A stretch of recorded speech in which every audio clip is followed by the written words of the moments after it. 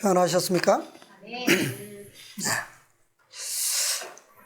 오늘은 문둥병자를 치료하신 이적을 보겠습니다.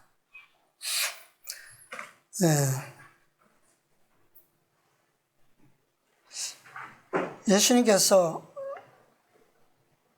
허다한 그런 많은 이적들을 베푸셨지만 성경에 또 자세히 기록된 그런 이적은 그렇게 많지 않습니다. 우리가 연구할 만큼 또 그러나 우리에게 주시는 교훈이 충분하리만큼 또 주어져 있습니다.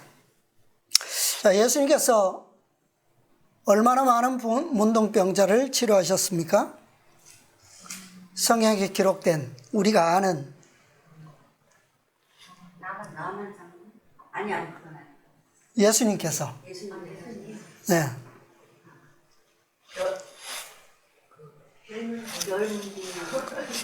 열문둥이는 생각나시죠? 예. 한 사람만 와서. 또 그다음에요. 첫 번째 문둥병자, 그리고 공생애를 거의 마치실 무렵에 열 문둥병자. 그 기록이 자세한 기록으로는 다예요. 근데 증거는 많습니다. 그거 외에도 증거는 또 있어요. 실제로는 오늘 우리가 보게 될 첫 번째 문둥병자의 기록이 있고요. 그 다음에 예수님께서 누구의 집에 초대받아 가셨습니까? 공생애가 끝나갈 무렵에 시몬이 어떤 사람이었어요? 문둥병자였죠, 그죠? 예. 근데 그가 어떻게 치료받았는지는 기록은 없지만 분명히 예수님께서 고쳐주신 아마 그런 경우였을 것이라고 봅니다. 그 다음에 침례 요한이 제자 둘을 예수님께 보내면서 감옥에서 보내면서 오실 그이가 당신입니까? 우리가 다른 일을 또 기다려오리까? 그렇게 질문했을 때 예수님께서 대답을 하지 않으시고 그 현장을 어떻게 해요? 한참 동안 하루 종일 그 제자들이 지켜보도록 그렇게 기다리셨어요. 그날 어떤 일들이 있었습니까? 병자들 고치고 많은 소경이 눈을 뜨고 벙어리가 입을 열고 그런 일들이 있었어요. 그리고 마지막으로 그 두 제자에게 답을 주셨습니다. 문둥병자가 고침을 받고 소경이 앞을 보고 벙어리가 말을 하고 그렇게 너희가 본 그대로 뭐하라고요? 전하라. 그렇게 답을 주셨어요.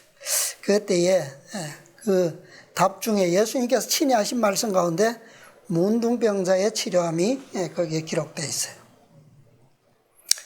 그 다음에 아까 예수님의 생애를 마치실 즈음에 있었던 열 문둥병자를 고치시는 것, 그 사건이 있고요. 그 다음에 예수님께서 승천하시고 승천하시기 전에 예수님의 공생의 시작 때에 12 사도들을 임명하시고 파견하셨죠.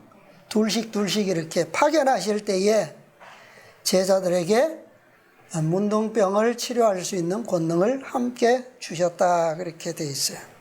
물론 그것은 예수님께서 친히 하신 것은 아니지만 그분께서 안수하심으로 제자들이 그런 권능을 가질 수 있었다라고 하는 거죠. 자, 오늘 우리가 보게 될 말씀을 좀 보겠습니다. 마가복음 1장에 있는 말씀입니다. 이 마가는 예수님의 그 생애를 거의 요한처럼 그렇게는 아니지만 그러나 거의 마태보다는 더 시간적인 순서대로 기록한 복음 기자입니다. 그래서 마가복음 1장 40절 보시면 이 사건이 나오는데요. 한 문둥병자가 예수께 와서 꿇어 엎드려 간구하여 가로되 원하시면 저를 깨끗게 하실 수 있나이다. 예수께서 민망히 여기사 손을 내밀어 저에게 대시며 가라사대 내가 원하노니 깨끗함을 받으라 하신대 곧 문둥병이 그 사람에게서 떠나가고 깨끗하여 진지라. 45절까지 이 기사가 기록되어 있습니다. 여기까지 보고요. 이 문둥병이 어떤 병입니까? 오늘날 무슨 병으로 불리죠? 한센병. 왜 그렇게 불립니까?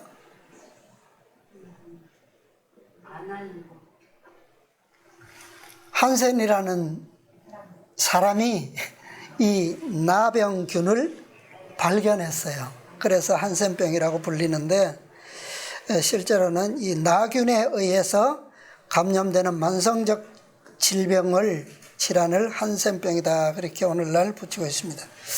이 중풍병 그러면 기분이 어때요? 나병 환자다 그러면 기분이 피하고 싶죠. 그렇잖아요. 그죠? 근데 그렇게 부르는 것보다는 한센병 그러면 좀 낫죠. 그죠? 그래서 오늘날은 공식적으로 한센병이다. 그렇게 붙입니다. 자, 그런데 유대인들은 이 문둥병을 어떻게 인식하고 있었습니까? 통상적으로. 하나님의 저주다. 또요. 하나님의 심판이다. 네, 심판. 왜? 뭐 때문에요? 죄의 상징으로 보기 때문에 그래요. 다른 질병을 보는 것과는 유독이 이 문둥병은 다르게 죄의 상징으로 아주 직접적인 하나님의 심판으로 그렇게 여기고 있었습니다.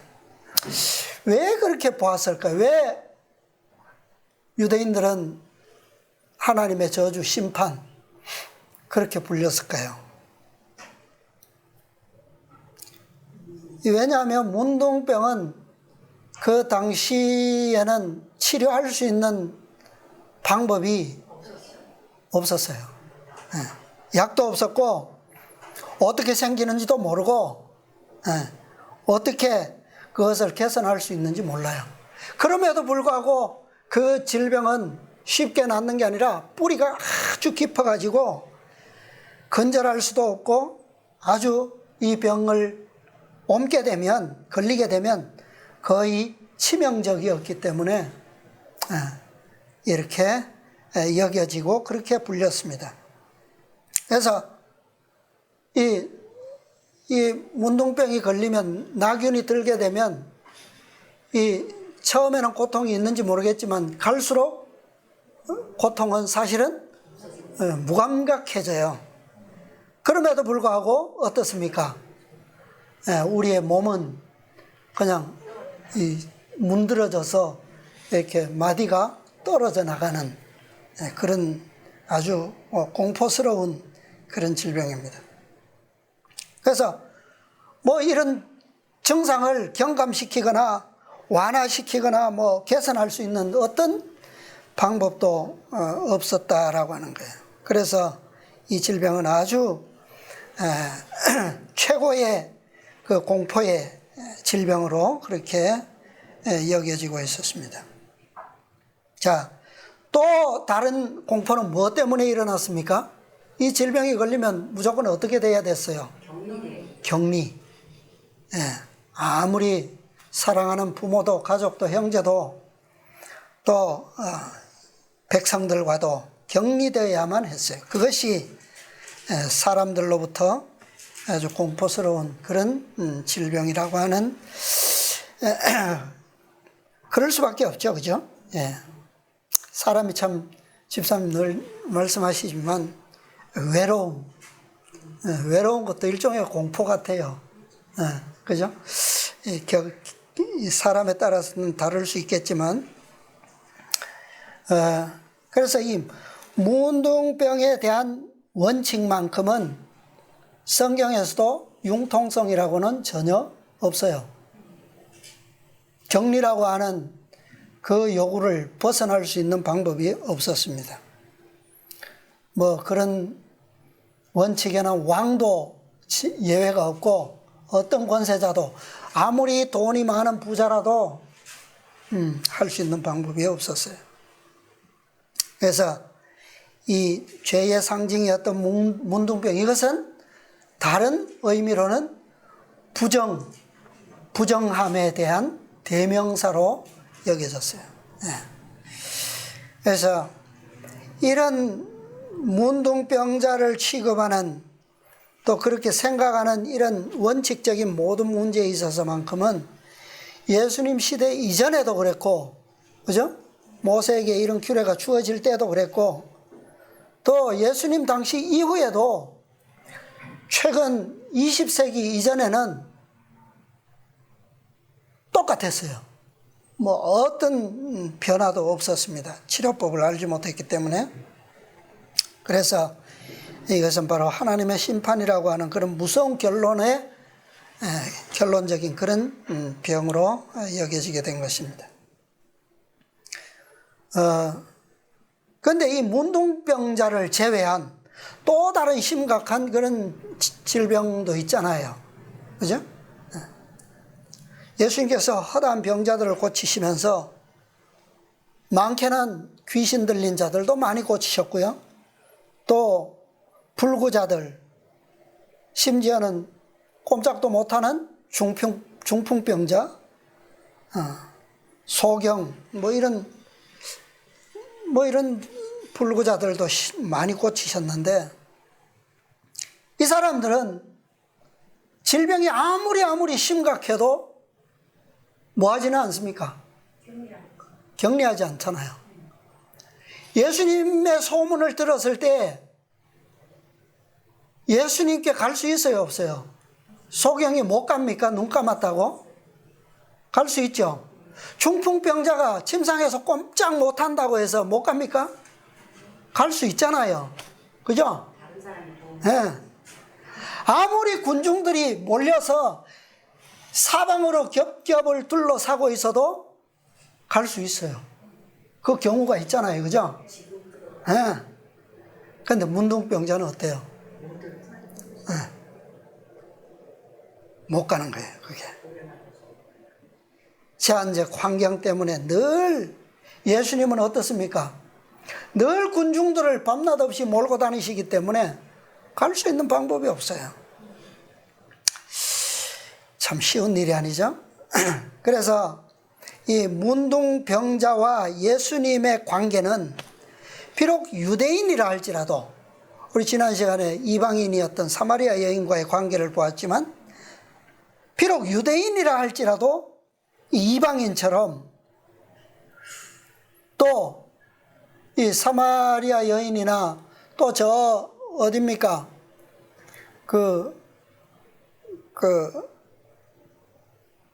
수로보니게 여인? 예. 그 여인은 뭘로 취급받았었어요? 개처럼. 예. 그런 사람들보다 어쩌면 같은 유대인인데도 불구하고 더 어렵고, 그죠? 더 예수님을 만나기가 더 힘든 그런 환경이라는 거예요. 그런데 예수님 당시에 이런 문둥병자들이 많이 있었습니까? 네, 많았어요. 성경은 그렇게 언급하고 있습니다. 그런데 여기 오늘 본 이 한 문둥병자가 예수님에 대한 사업에 대한 소문을 듣게 되었습니다. 이미 예수님께서는 이전에 천유월절을 기해서 예루살렘에 가셔서 성전을 정결케 하시고, 그때에 처음으로 이 병자들과 불구자들과 또 이런 벙어리와 절름발이 이런 많은 사람들에게 치유를 하신 일이 있었습니다. 그죠? 그 다음에 또 가버나움에 오셔서는 왕의 신하의 아들을 고치신 적이 있으셨고, 또 유대의 베데스다에 38년 된 중풍병자도 고치셨고, 또 갈릴리의 회당에서 귀신 들린 사람도 고치셨어요. 그날 오후에는 안식일 오후였죠. 베드로의 집에서 열병에 걸렸던 베드로의 장모도 낫게 하셨어요. 자, 그런 소식을 들을 때에 이 문둥병자의 마음에 희망이 생겼어요.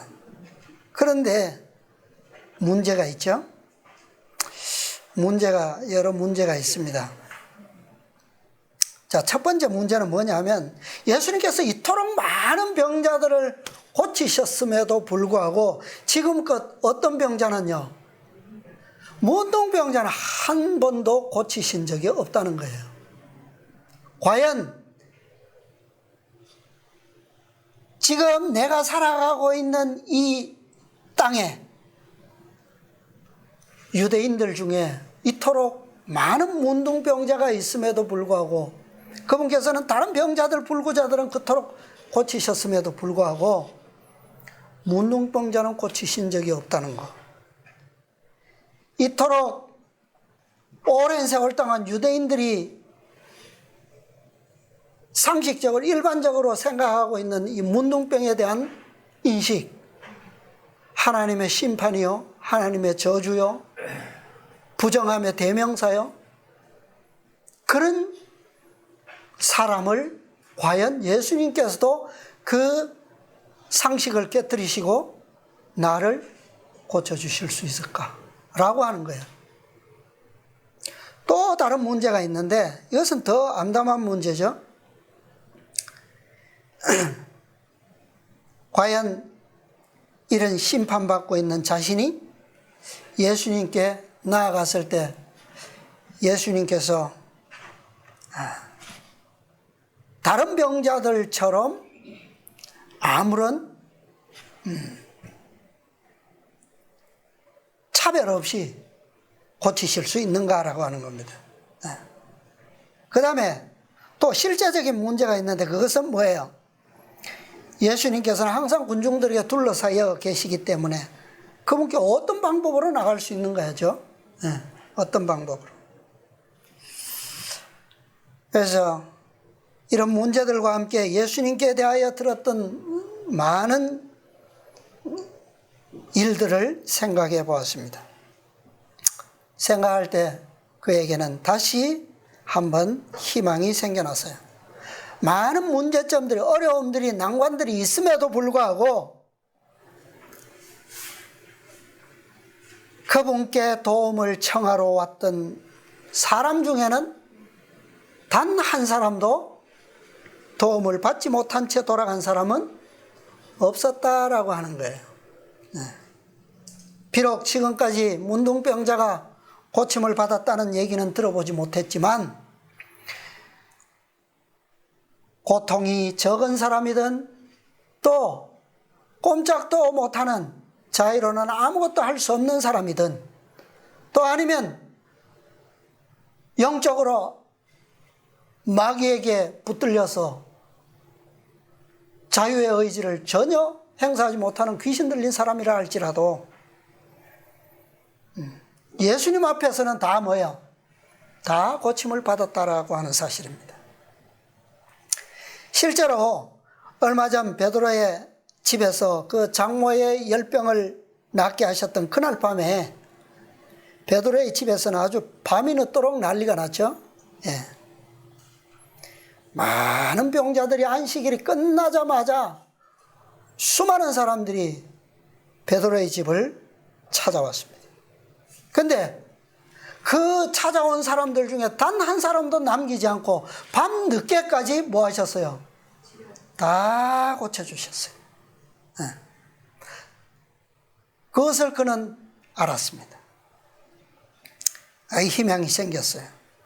어떤 병자도 고치실 수 있을 뿐만 아니라 어떤 병자도 그분은 그냥 돌려보내시지 않는다라고 하는 사실이에요. 이 희망이 그로 하여금 지금껏 그로 근심케 했던 많은 난관들, 실제로적으로 부딪혀야만 하는 그 어려움들을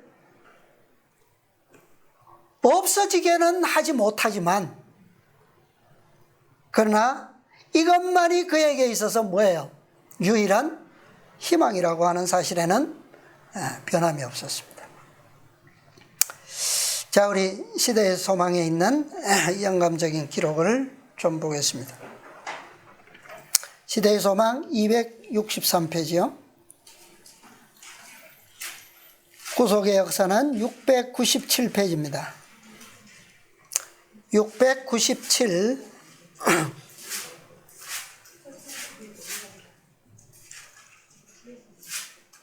왼쪽에 첫 문단입니다. 문둥병자는 구주께로 인도된다. 예수께서는 호숫가에서 가르치시고 사람들이 그 주위에 모여 있다. 이 어느 호수입니까? 갈릴리 호수죠. 문둥병자는 멀찍이 서서 구주의 입술에서 나오는 몇 마디의 말씀을 알아듣는다. 그는 예수께서 당신의 손을 앓는 자 위에 얹으시는 것을 본다. 그는 절름발이와 눈먼 자와 중풍병자와 기타 각색 질병으로 죽어가는 자들이 건강한 몸으로 일어나서 구원받은 것에 대하여 하나님을 찬송하는 것을 본다. 그의 마음속에 믿음이 강해진다. 그는 점점 모인 군중에게로 가까이 나아간다. 그에게 가해진 제한들, 사람들의 안전, 모든 사람이 그에 대하여 가지고 있는 공포, 이런 것들은 잊혀진다. 그는 치유에 대한 복스러운 소망만을 생각한다. 여러분, 이 문둥병자가 예수님께 나아가기까지 여기에 짧지만 그 과정들이 아주 뭐랄까요, 우리가 오늘 이 자리에 있기까지 그리스도께서 우리를 어떻게 인도하시고 성령의 역사를 통하여 어떻게 친절히 역사하셨는가를 우리가 이 한 문단 속에서 다 이 문둥병자의 경험을 통해서 볼 수 있는 것 같아요. 그죠? 처음에 그는 뭐 했습니까? 소문을 듣고 구주께로 인도되어서 이제 구주께서 계시는 멀찍이까지 왔잖아요. 그런데 거기서 무엇을 하게 되죠? 처음 예수님의 말씀을 알아들어요. 듣습니다. 그죠? 요한이 요한계시록에서 기록한 것처럼 들어요. 또 그 다음에는요, 예수께서 당신의 손을 병자들 위에 얹으시는 모습을 봅니다. 그렇죠? 그가 지금까지 소문을 통해서 들었던 각종 병자들과 불구자들을 고쳤던 그 소문대로 어떻게 하시는 것을 눈으로 보았어요. 비록 멀찍이 서지만. 그죠? 그 다음에 세 번째는요, 그들이 나음을 입고 하나님을 찬송하는 증인들의 찬송을 다시 들으면서 보게 됩니다. 그러는 사이에 그의 몸은 어떻게 하고 있어요? 믿음으로 강해지니까 저절로 몸이 어떻게 해요? 갑니다. 이제는 그에게 의심과 불신과 여러 가지 난관들을 마음에 무거운 짐이 되었던 모든 것들이 다 어떻게 돼요? 아무 짐이 되지 않아 버립니다. 그렇죠? 아직 예수님께 가지 않았지만 그러는 순간에 그는 이미 다 뭐 된 것 같아요? 네. 이미 축복이 충만해진 것 같아요. 그죠? 네. 자, 그 다음에 보겠습니다. 그의 몰골은 몸서리칠 만큼 처절하다. 그 병만은 두렵게 잠식해 있어서 그의 썩은 육체는 보기에도 무서웠다. 그를 보자 사람들은 무서워서 뒤로 물러난다. 여러분 요즘 이렇게 뉴스 간간히 보면 모세의 기적 뉴스 올라오는 거 보셨어요? 몰라요? 네. 도로에 차가 막 꽉 서서 정체된 그런 도로 상황에서 어떤 상황이 벌어져요. 근데 저 멀리서부터 갑자기 그냥 차들이 샥 비키는 모습 가끔 나옵니다. 고속도로도 나오고 도시에서도 나와요. 그래서 차에 어떤 임산부가 타 있다거나 그런 것을 이렇게 어떤 오토바이나 또 경찰차를 만나서 이렇게 할 때에는 그것이 그냥 자연스럽게 저는 그거 자주 보거든요. 지금 상황이 그래요. 그죠? 문둥병자를 보는 순간 길이 그냥 어떻게 됩니까? 순식간에 그냥 확. 지금까지는 그의 마음속에 어떤 짐이 있었어요. 야, 내가 저 군중을 어떻게 뚫고 갈 수 있을까? 그죠? 내 이 모습을 저들이 보면 어떻게 할까? 그게 막 확 그냥 짐이 돼서 용기를 잃을 때가 있었는데, 잃게 만들었는데, 이제 그의 믿음이 강해져서 저절로 그분을 향해서 가까워지는 순간에 이 모든 것들이 다 어떻게 돼버려요? 자동적으로 길이 그냥 슉 열리는 거예요. 그들은 그와의 접촉을 피하기 위하여 길을 쓰고 서로 밀쳐낸다. 어떤 사람은 그가 예수께 가까이 나가지 못하도록 막기 위하여 힘쓰지만 수포로 돌아간다. 그는 그들을 보지도 그들의 말을 듣지도 않는다. 그들의 혐오하는 표정은 그에게 보이지 않는다. 그는 오직 누구만 봅니까? 하나님의 아들만을 본다. 그는 죽어가는 자에게 생명을 말씀하시는 그 음성만을 듣는다. 그는 예수께로 달려오면서 그의 발 아래 자기 몸을 던지면서 이렇게 부르짖는다. 주여, 원하시면 저를 깨끗게 하실 수 있나이다. 주여, 원하시면 저를 깨끗게 하실 수 있나이다. 이게 무슨 말이에요, 이게? 왜 이 문둥병자는 그 몸서리치는 자신의 질병을 고치실 수 있나이다 라고 부르짖지 않고 원하시면 뭐라고요? 깨끗게 하실 수 있나이다. 이게 뭐예요, 이게? 어느 말이 맞아요? 주께서 하시고자 하면 더 나을 수 있습니다. 그러니까 왜 하실 수 있으면 낫게 하실 수 있습니다. 그게 맞을 텐데 왜 그는 그렇게 하지 않고 깨끗게 하실 수 있나이다. 무슨 의미냐고요, 이게. 그가 예수님께로 와서 저 멀리서지만 그분의 말씀을 알아듣고 보고 그 증거들을 보게 될 때 그의 믿음이 마음속에서 살아날 때 팍 강해질 때 그 순간에 자신의 무엇을 보게 됩니까? 지금 이 방금 읽은 문단 첫 줄에 뭐라고 그랬어요? 그의 몰골은 몸서리 쳐질 만큼 처절하다. 예수님께서 하시는 사업을 볼 때 자신의 꼴이 예수님 앞에 나오지 못했을 때보다 더 심각해요. 그걸 얘기하는 거죠. 오직 하나님의 아들만을 바라보고 그분의 입으로부터 나오는 생명을 나누어 주시는 그 말씀을 들을 때 그는 그 자신이 얼마나 부정하다는 사실을 깨닫게 된 거예요. 그죠?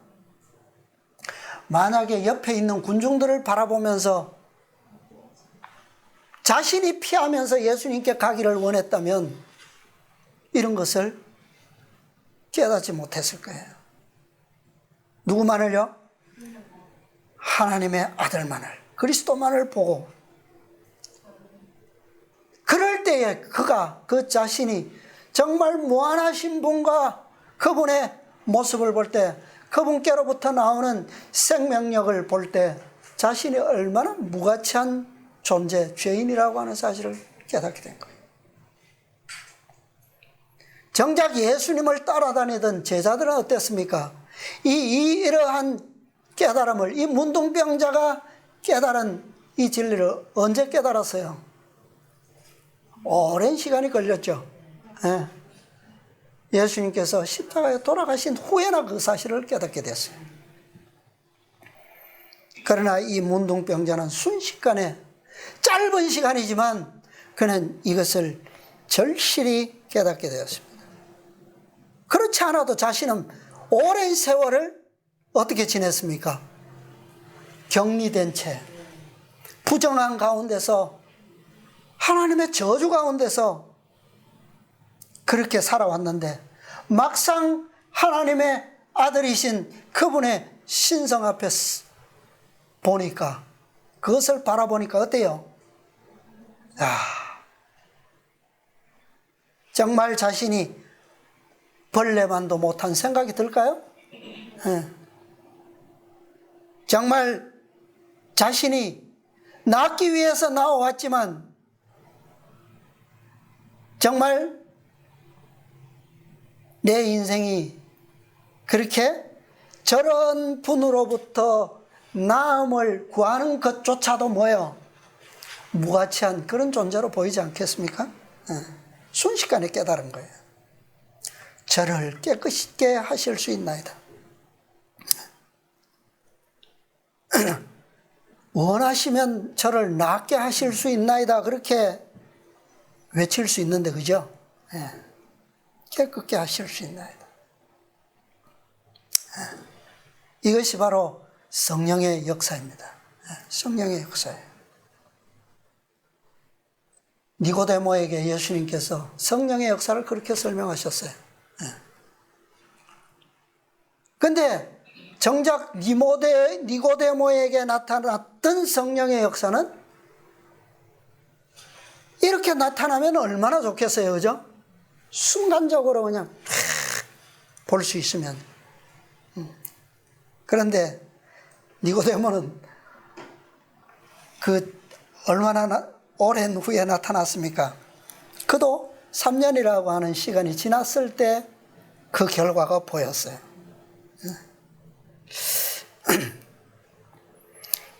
예수님께서는 이런 영혼들의 외침에 대해서는 어떤 질문도 어떤 요구도 하시지 않으세요. 바로 응답하십니다.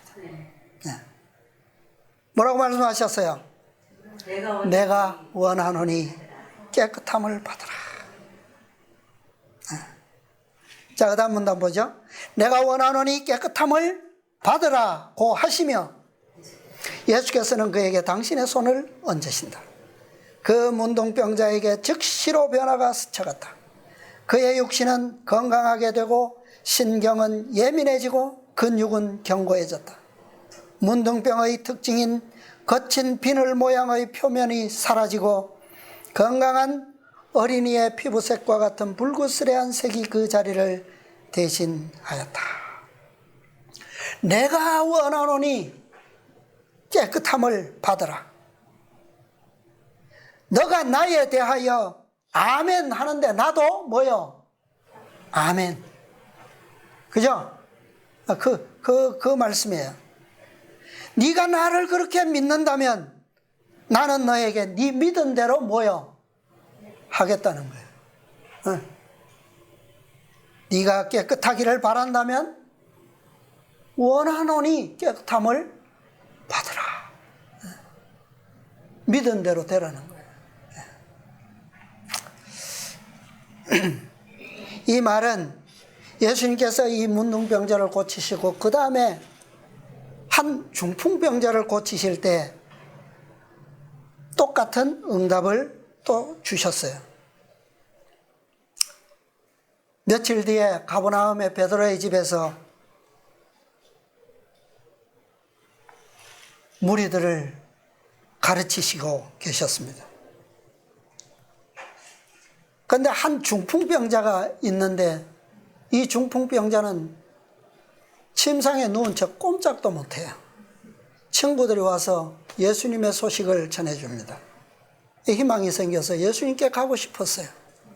그래서 친구들에게 간청해서 그를 침상채 메고 왔죠. 왔는데 어때요? 예수님의 얼굴조차도 볼 수가 없어요. 대문에 근접할 수도 없습니다. 어떻게 했습니까? 다시 한번 친구들에게 부탁해서 지붕으로 올라가서 기와장을 걷어내고 예수님 발 앞에 내렸어요. 그는 예수님 앞에 왔지만 아무 말도 없이 그냥 침상에 누워서 그분을 바라보았습니다. 그때 예수님께서 말씀하셨어요. 뭐라고 말씀하셨습니까? 소자야, 내 죄 사함을 받았느니라. 중풍병자는 예수님을 바라볼 때 말이 필요 없었어요. 네. 왜요? 그는 지붕을 뜯고 내려왔어요. 누구를 만나기 위해서? 예수님 만나기 위해서. 말이 필요 없잖아요. 예수님께서도 그죠? 그에게 무엇을 물으실 필요도 요구하실 필요도 없어요. 그냥 말씀하시는 거예요. 문둥병자가 바라던 것, 깨닫고 바라던 것, 그것은 뭡니까? 이 중풍병자가 예수님을 바라보고 깨닫고 바라던 게 뭐예요? 뭡니까? 원하시면 저를 죄로부터 뭐요? 정결케 되는 거예요. 정결케 되는 거예요. 그런데 문둥병자나 중풍병자나 둘 다 뭐의 상징입니까? 그 질병이 죄의 상징이에요. 다 죄를 용서하는 건데 왜 중풍병자에게는 하지 않으셨던 행동을 이 문둥병자에게 하셨어요? 뭐가 다른지 아세요? 뭐가 다릅니까? 우리 성경에는 성경과 예언의 시대의 소망은 이게 말씀과 행동이 반대로 이렇게 순서가 바뀌어 있는데 아까 성경에 보면 42:1절 예수께서 민망히 여기사 손을 어떻게 해요? 내밀어 저에게 대시며 가라사대 내가 원하노니 깨끗함을 받으라. 2장에 보면요 2장 5절 4절 5절 무리를 인하여 병자의 중풍병자의 누운 상을 달아내리니 예수께서 저희의 믿음을 보시고 중풍병자에게 이르시되 소자야 내 죄사함을 받았느니라. 여기는 뭐가 없습니까? 손을 대시는 일이 없어요. 왜 그렇죠? 손을 내밀어 저에게 대시며 가라사대 깨끗함을 받으라. 용서함을 죄사함을 받았느니라 같은 말이에요. 그죠? 왜 다릅니까? 이것은 바로 아버지께로부터 뭐 한 거예요? 분리되고 격리되었던 그 추방으로부터의 자유를 의미하는 거예요. 자유. 중풍병자는 같은 죄지만 추방의 요구는 없었잖아요. 그렇죠? 그런데 이 문둥병자는요 완전히 그냥 여기에는 어떤 뭐 예외도 없잖아요. 무조건 추방해. 그런 가운데서 예수님께서 이 병자에게 손을 대셨다라고 하는 것은 문둥병자와 접촉하면 그 사람도 뭐 됩니까? 부정하게 되잖아요. 그죠? 그럼 부정하게 되면 그도 7일 동안 격리돼야 돼요. 그렇죠? 그 다음에 정결케 된 다음에야 들어올 수 있습니다. 그런데 예수님께서는 즉시로 뭐 하셨어요? 손을 대시면서. 이것은 바로 지금까지 격리되었던 그것으로부터의 자유를 의미하는 거예요. 이제는 어떤 부정도 다른 사람에게 옮길 만한 어떤 저주도 공포도 없다라고 하는 겁니다. 이것은 모든 사람에게 필요한 접촉이고 오늘 죄인인 우리가 바라는 바가 되어야 하는 겁니다. 그런데 예수님께서 공생애를 마치실 즈음에 문둥병자를 고치셨어요. 누구였다고요? 10사람의 문둥병자. 그런데 그때는 예수님께서 그 문둥병자들에게 손을 대시지 않으셨어요. 왜요? 같은 문둥병자고 같은 죄사함이고 같은 치유인데 왜 이 문둥병자는 손을 대시었고 왜 나중에 10문둥병자는 손을 안 대시고 그냥 말씀으로만 고치셨어요. 말씀으로만. 왜 그럴까요?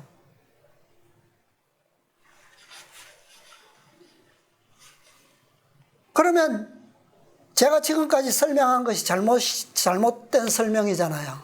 그렇죠? 똑같은 이 격리된 문둥병자인데 자기들끼리는 같이 할 수 있지만 문둥병자가 아닌 일반인들과는 결코 같이 할 수 없잖아요. 이미 예수님께서 뭐 하셨습니까? 문둥병자에게 뭐 하셨다고요? 이미 손을 대셨어요. 이미 그 문둥병자에게 자유를 선언하셨어요. 그리스도께서 우리를 위하여 이미 뭐 하셨습니까? 십자가에 손을 못 박히셨어요. 그가 찔림은 우리를 죄의 구속으로부터 뭐 하시기 위한 겁니까? 죄의 속박으로부터 자유케 하시기 위한 것이었어요. 그죠? 한 번 침을 당한 반석은 2번 침을 당할 필요가 있습니까? 없어요. 비록 이 10사람이 동일한 문둥병자여라 할지라도 이제는 뭐요? 한 번 손을 대신 이후로는 말씀으로 충분한 거예요. 말씀으로만.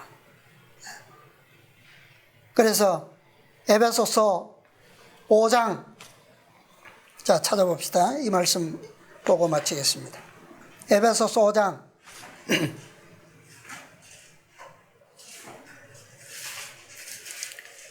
26절 27절의 말씀입니다. 이는 곧 물로 씻어 무엇으로요? 말씀으로 깨끗하게 하사 어떻게 해요?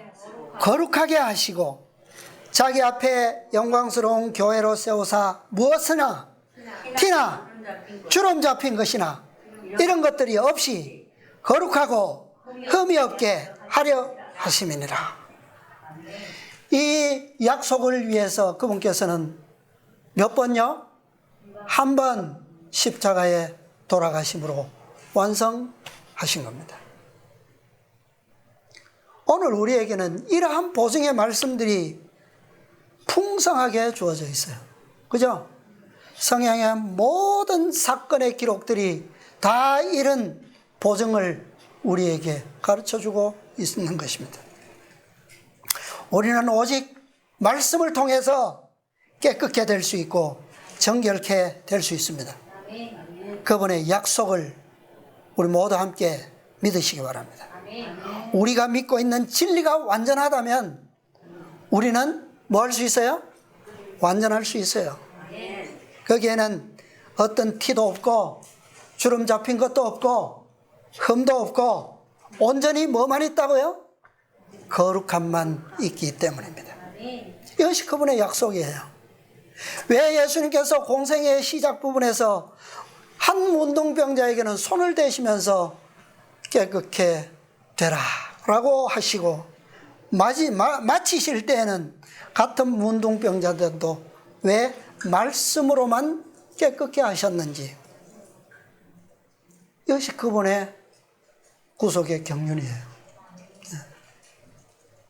우리가 그분의 약속을 믿는다면 이제는 뭐가 없어도요? 접촉이 없어도 지금 그분이 어디 계십니까? 우리와 같이 동행하시나요? 하늘에 계시잖아요. 우리는 무엇만 있으면 돼요? 그분의 약속만 있으면 돼요. 그죠?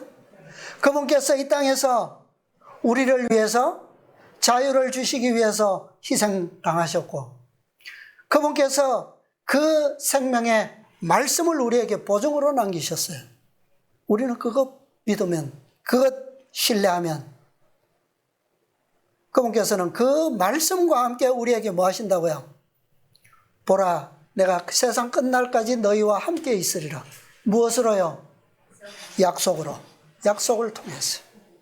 우리 모두 함께 그분의 약속과 그분의 진리의 말씀에, 생명의 말씀에 굳게 서시고 최후의 순간 주님의 영광을 우리 모두 함께 맡게 되시기를 바라면서 말씀을 마치겠습니다.